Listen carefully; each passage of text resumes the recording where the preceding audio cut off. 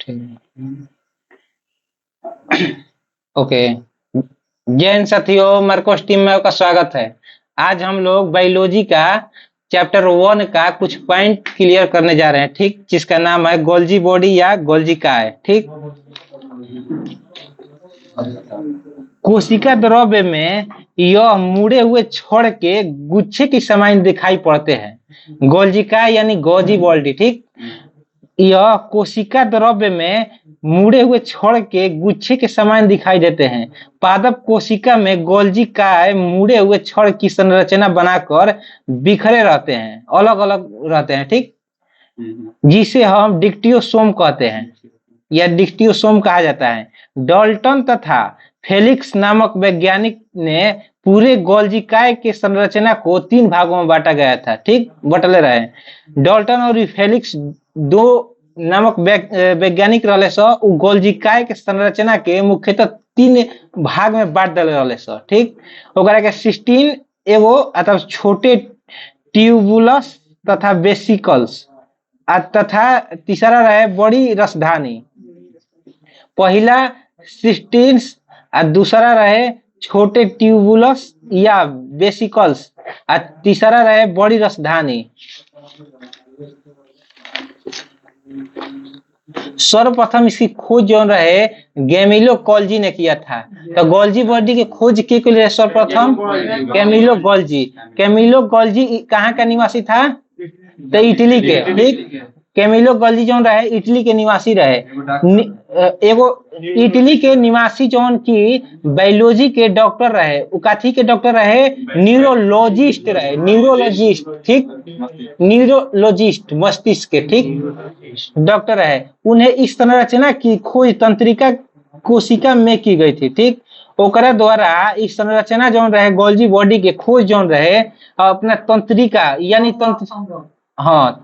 तंत्रिका कोशिका में कैले रहे खोज गोल्जी बॉडी के। ठीक, कैमिलो गोल्जी ने इस संरचना का नाम जो रहे आंतरिक जालिका वत उपकरण रखा था। ठीक, कैमिलो गोल्जी जो रहे इस संरचना गोल्जी बॉडी रहे संरचना के नाम अपना भाषा में रखल रहे आंतरिक जालिका वत उपकरण। ठीक, परंतु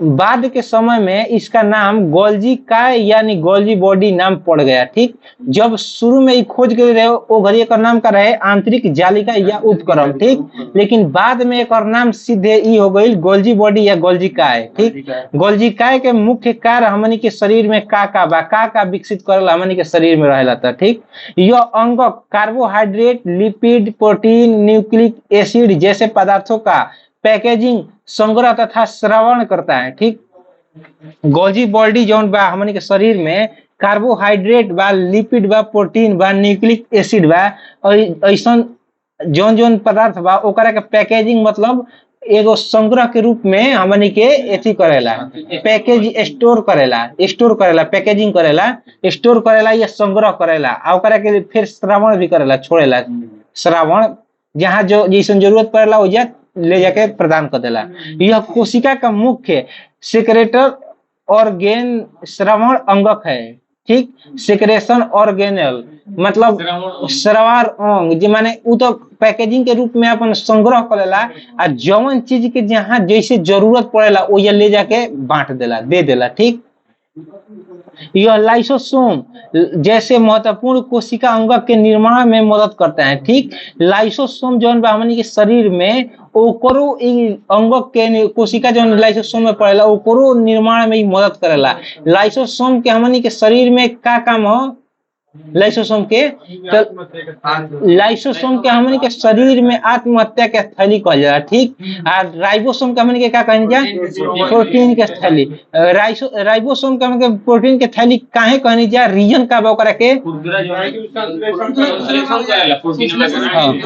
ठीक, राइबोसोम हमनी के जौन बा उ 2 प्रकार का होला हमनी के शरीर में। ठीक, एगो खुरखुरा होला, एगो चिकना होला। ठीक, तो स्मूथ और रफ 2 गो होला। तो स्मूथ जो होला एकदम चिकना होला तो उ प्रोटीन के संग्रह ना कर पावेला। ठीक है कि छलक जाई प्रोटीन जाई तो ओकरा पे संग्रह करे के पकड़े के कोनो ना रहेला, चिकन वाला छलक जाला। लेकिन जौन खुरखुरा होला, खुरखुरा रफ होला ओकरा पे जिसे कोनो एथी हो गई ऊपर एथी कुरकुरा टाइप के बन रहेला जिसे जामल कुछ होके जीभ पे तनी हमनी के जौन एथी बन वही लिकलर टाइप के कुछ वही तरीका के ओकरा पे रहेला रफ में। तो जौन प्रोटीन रहेला ओकरा के जब गुजरेला तो ये जाके संग्रह बन जाला, ठीक, वो पकड़ लेला पूरा संग्रह के रूप में ओकरा के एथी स्टोर कर लेला और ओकरा प्रोटीनमा के जौन होला जब जहां जैसन जरूरत पड़ेला ओकरा के छोड़ देला, ठीक। यही से प्रोटीन के संग्रह क के रखेला राइबोसोम, यही से ओकरा का कहल जाए प्रोटीन के थैली कहल जाए, ठीक। राइबोसोम के लाइसोसोम के कार्य का हमन के शरीर में लाइसोसोम के आत्महत्या के थैली कहल जाए लाइसोसोम के, लेकिन काहे ओकरा कहल रीजन का ओकरा के आत्महत्या के थैली कहे के तो उ हमन के कोशिका के मार देला। कैसे मार देला? जो फाटी में तो हाँ, तब फाटी तो कोनो कोशिका निमन चिकन क्वेश्चन पे मार दे ना काहे खराब कोशिका के मारेला।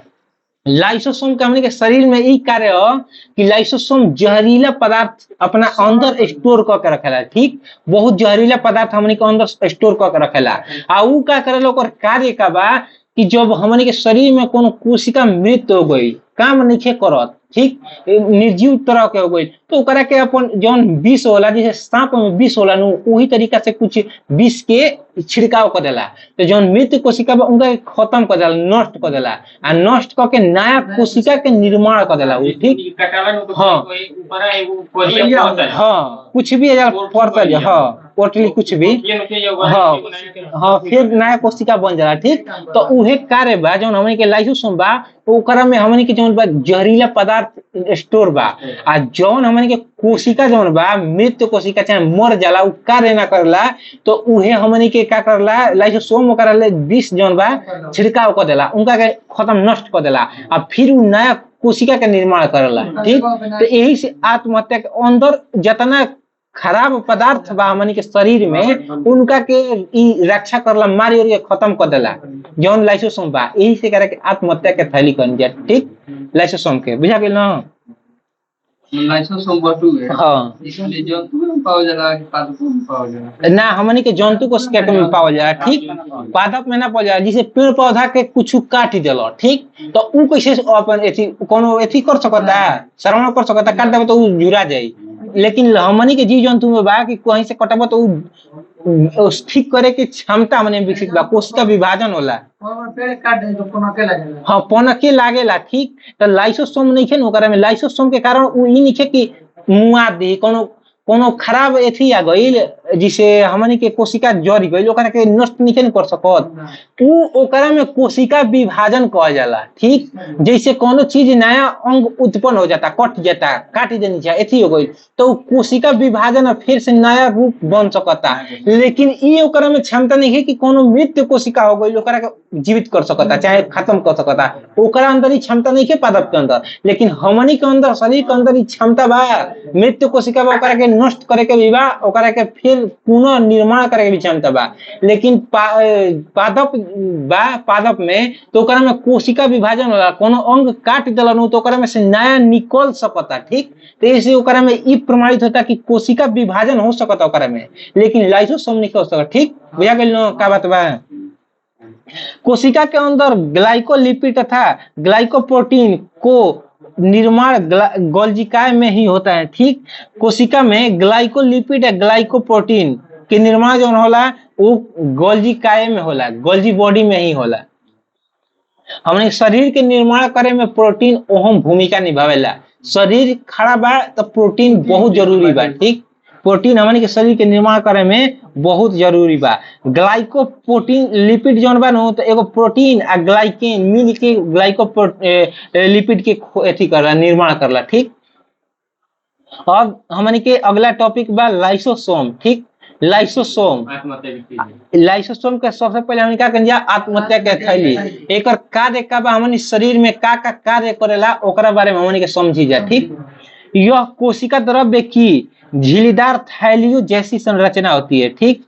लाइसोसोम जौन बा हमनी के शरीर में यह कोशिका द्रव्य जैसे कोशिका द्रव्य अर्ध तरल पदार्थ होखेला नु कोशिका द्रव्य केंद्रक झिल्ली आ केंद्रक के बीच जौन स्थित रहेला और तरल चिपचिपा जौन एथी रहेला तरल ओकरा के कोशिका द्रव्य कहल जा। ठीक, तो जैसे लाइसोसोम बा यह कोशिका द्रव्य के झिल्लीदार थैलियों जैसी संरचना होती है। ठीक, द्रव्य हो लेकिन झिल्लीदार, जिसे जालीनुमा आकार के, ठीक, जालीनुमा आकार के इस संरचना हो। इस थैलियों की आकृति हमेशा एक जैसी बनी रहती है, जैसा रहेले वही तरीका के रहेले, बदलाव ना कर ले, अपना आकार में चेंजिंग ना कर ले।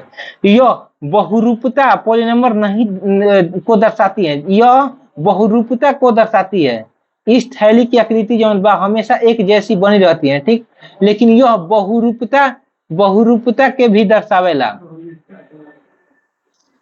बहुरूपता के भी दर्शावेला। बहुरूपता मतलब बहुत सारे रूप धारण कर सकता, आकार सेम रहेला लेकिन बहुत सारा रूप माने कार्य बहुत करेला हमनी के शरीर में अलग अलग रूप लेके, लेकिन आकार ओकर सेम रहेला।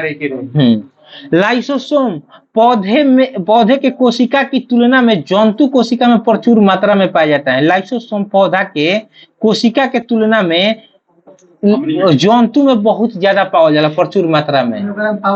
हाँ, तो ओकरो में पावल जाला एकरा मतलब थोड़ा बहुत। ठीक, लेकिन सबसे ज्यादा हमने के जंतु में पावल जाला प्रचुर मात्रा से ज्यादा। ठीक, ना के बराबर नहीं तो बराबर पावल जाला, ओकरा में ना के बराबर। अगर कोशिका कोनो मृत बा, पेड़ पौधा बा, ओकरा ऊपर देखेला कि हई जैसे आम के पेड़ हो गइल, ओकरा ऊपर छालावा जौन रहेला तो मृत कोशिका से ओकरा के जीवित कर सकता है, ओकरा के हटा सकता, कुछ कर सकता ओकरा पे, तो ना के बराबर नहीं के बराबर बा। लेकिन हमनी के अंदर ही क्षमता बा शरीर के अंदर कि अगर कोशिका मृत बा तो ओकरा के फिर से नया कोशिका के निर्माण कर सकता, उनका के खत्म करके। ठीक, लेकिन पादप के अंदर ऐसा नहीं है, ना के बराबर बाटे, नहीं के बराबर। ठीक,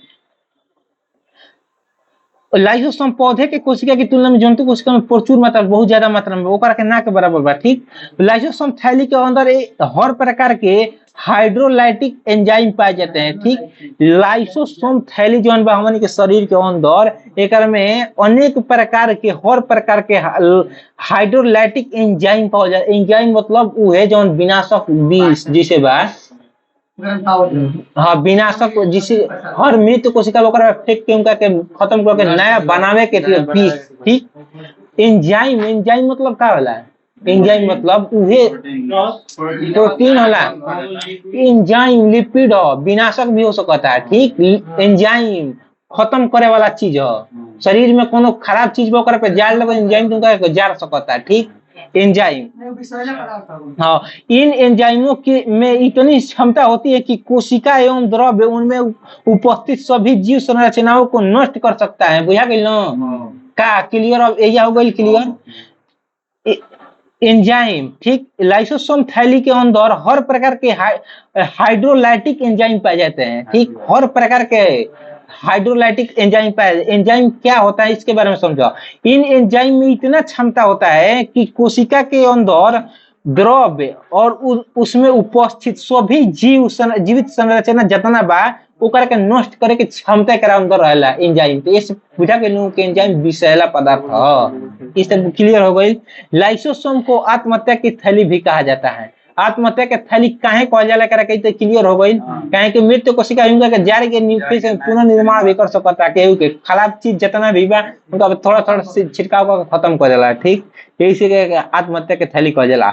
लाइसोसोम की खोज सर्वप्रथम 1958 में डी डुबे ने किया था। ठीक, लाइसोसोम के खोज कब और के लिए रहे तो 1958 ईस्वी में डी डुबे कैले रहे। ठीक, डी डुबे को इस कार्य हेतु 1974 में नोबेल पुरस्कार दिया गया रहे। ठीक, डी डुबे जो रहे लाइसोसोम के खोज 1958 में कैले रहे। ठीक, लेकिन 1958 में जो खोज के लाइसोसोम के एक उपलब्धि के कारण 1974 में करा के नोबेल पुरस्कार से नवाजल गए। ठीक, लाइसोसोम के मुख्य कार्य का बाउरी हमने के शरीर में। ठीक, यह कोशिका अंगक को टूटे फूटे भाग को ही पाचित कर कोशिका द्रव्य को साफ रखता है। ठीक, डाइजेस्ट।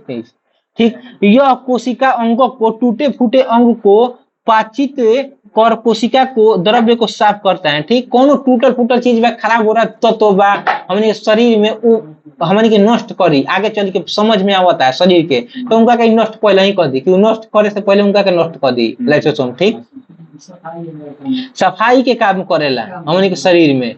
कोनो गंदा उनका चीज बा चाहे बुझाई के ही हमारे दुश्मन बा शरीर के हानिकारक करे, उनका के पहले ही खत्म कर दी कि ना उड़ाइए ना कुछ करिए।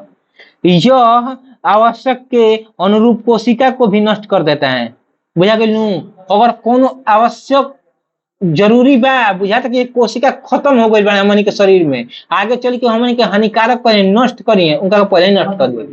ठीक, कहता यह आवश्यकता अनुरूप कोशिका को भी नष्ट कर देता है। मतलब ओकरा ई समझ में आ गई कि कोशिका कोनो बा आवश्यकता नहीं थे करा शरीर में, ई रही तो हानिकारक करी, उनका को पहले ही खत्म कर दी, नष्ट कर दी। अब बोला कुछ कल चाहता जैसे वायरस होने से एक ही कोशिका आवे तो रुके से तो पहले लाइसोसोम लड़त ही होनी से। हाँ हाँ, वायरस बैक्टीरिया के बने सो उ एक कोशिकीय हमेशा। ठीक, आ उ ई अपवाद में हो। ठीक, साइंस पढ़ब तो बैक्टीरिया आ वायरस और जोन बने सो ई जीवित में आ सजीव दोनों में आवेले सो। ठीक, अगर सजीव पे जिए सो तो इस सजीव के भांति कार्य करिए सो, आ निर्जीव पे जिए सो तो निर्जीव के भांति कार्य करिए। समझ में आइल?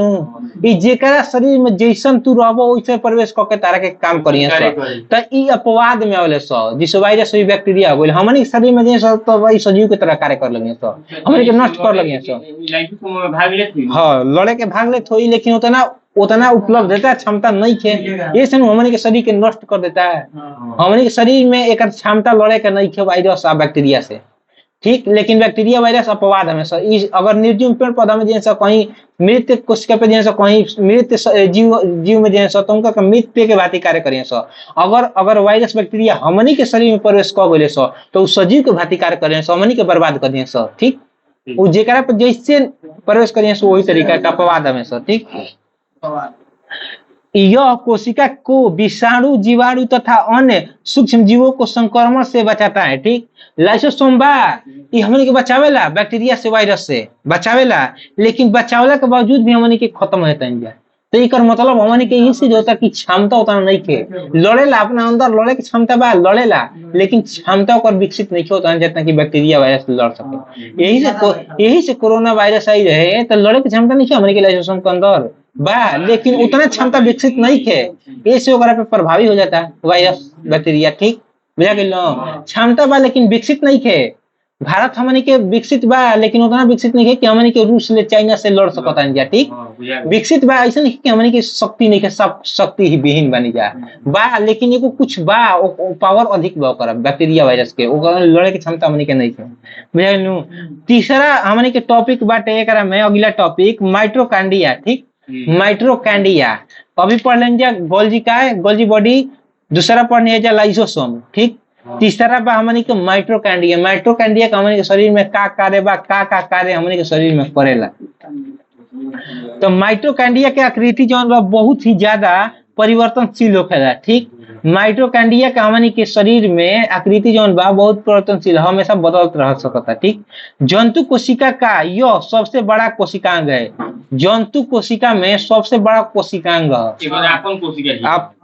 आपन कोशिका झिल्ली बा सब। ठीक, एक आपन कोशिका झिल्ली बा, एक आकार परिवर्तनशील होला। ठीक, माइटोकॉन्ड्रिया के हमनी के शरीर में माइटोकॉन्ड्रिया दोहरी झिल्ली की बनी होती है और इसके भीतरी झिल्ली में अनेक उंगलीनुमा जैसे उभार निकलता है। ठीक, माइटोकॉन्ड्रिया जौन बा हमनी के दोहरा झिल्ली से बनल रहेला, दोहरा परत रहेला माइटोकॉन्ड्रिया में। ठीक, लेकिन एकरा में उंगलीनुमा जैसे उभार रहेला और संरचना जौन बा हेतरी बनल रहेला उंगलीनुमा आकार के तरह के। ठीक,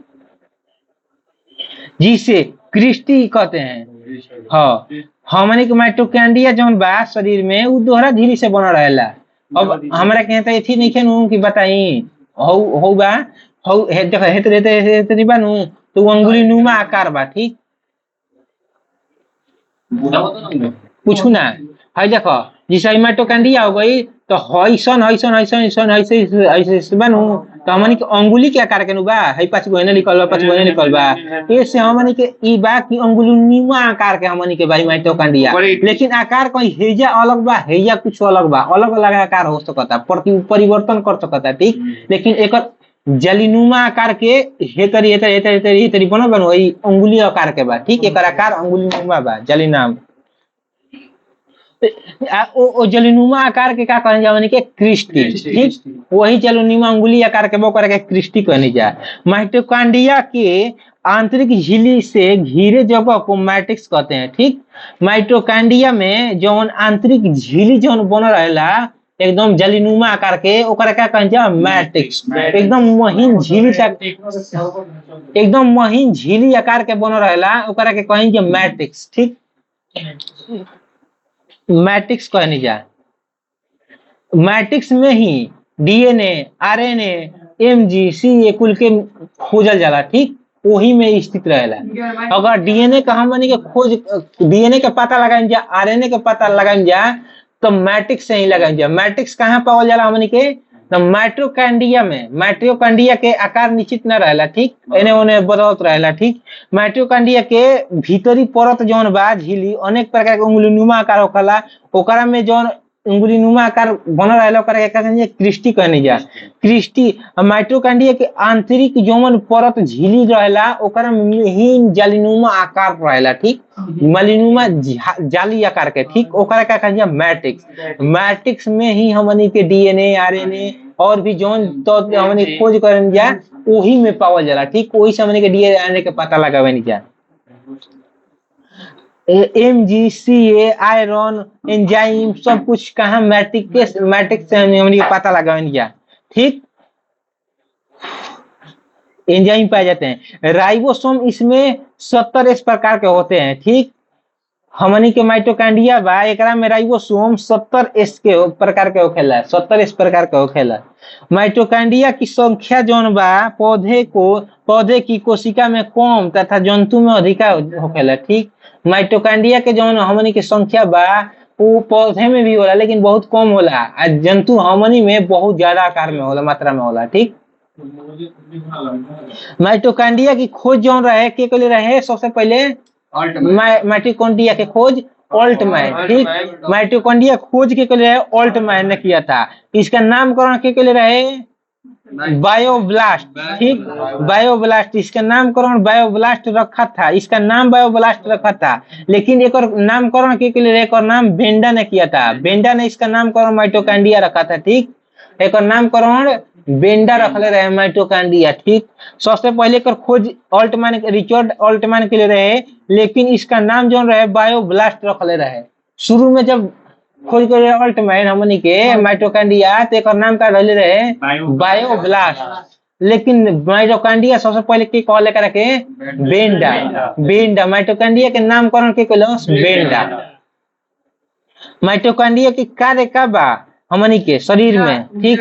हाँ, ऊर्जा के निर्माण करला, संग्रह करेला, संग्रह, यही से ऊर्जा के गृह कहन जा, पावर हाउस कहन जा, ऊर्जा के पावर हाउस, ठीक। तो माइटोकॉन्ड्रिया कार्य का बा सुनो। कोशिका के श्वसन की प्रक्रिया यही संपन्न होती है। कोशिका के श्वसन जौन बा हमनी के माइटोकॉन्ड्रिया में ही संपन्न होला, ठीक।